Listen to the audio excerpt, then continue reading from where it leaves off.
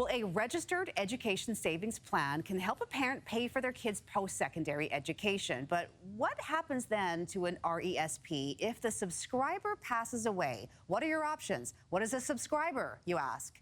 This is my question. Here to answer our questions is Peter Sashecki from Everything Financial. Good morning, Peter. Good morning. Yes, these are these terms that we have to clarify here. So the subscriber is the person or people that are making the contributions to an RESP in the hopes of paying for their child's education down the road. Or giving them a little head start. Let's not say paying, so it's not the scholarship of mom and dad or whatever, but the subscriber is the person who owns it, generally the parent, or a lot of times we're seeing now it's a grandparent who's doing it. And that's where this issue comes up about, you know, you're thinking someone much older, and what happens if they pass away? And people just assumed an RESP was like a trust and it just goes to the kids and carries on, and that's not the case.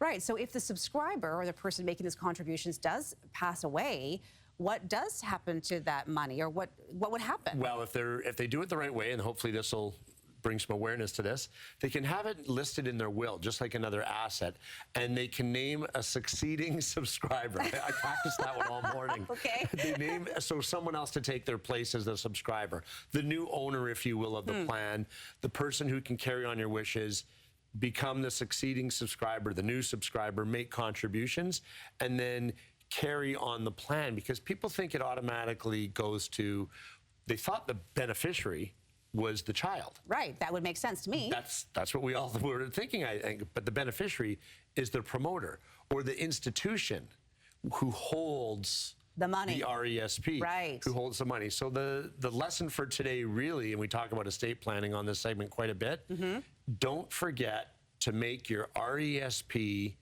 part of your estate plan, put it in the will, and name a succeeding subscriber.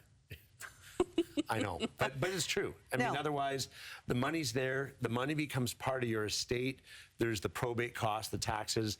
It's just another asset to your estate. So you really want to separate that asset, and label what it's meant to do, which is help the kids or the grandkids with their post-secondary education. And from there, the succeeding subscriber, is that what we're calling it? Okay, it does take a little bit of practice, can decide if they don't want to make contributions, and they can make some other arrangements. They can make other arrangements and have just that conversation in advance, obviously. They can, and just making sure the plan is set to continue the legacy you set forward to help those kids later on with the distribution for post-secondary education, whatever they're going to, trade school, whatever the case may be, but at least someone there to carry it on as in keep the money just disappearing as part of the estate. And for people who aren't at this stage yet, maybe you can explain what an RESP is and what it does. A quick version, Registered Education Savings Plan. You do not get a tax deduction. People think you do because of the letters for putting the money in, but you get a grant from the government, and you're getting 20%.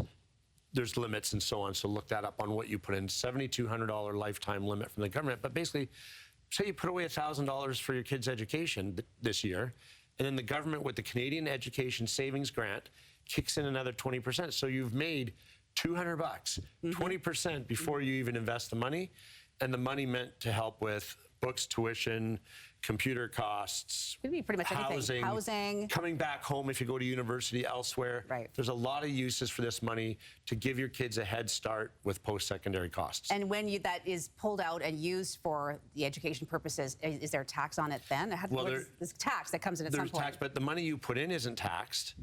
The interest you earn is deferred, so there's ways to pull out the majority of the money tax-free or tax the child like low. That's a whole other segment, but definitely advantageous to do it. Okay, and get the help of a financial planner, because then they can kind of help you with all of that.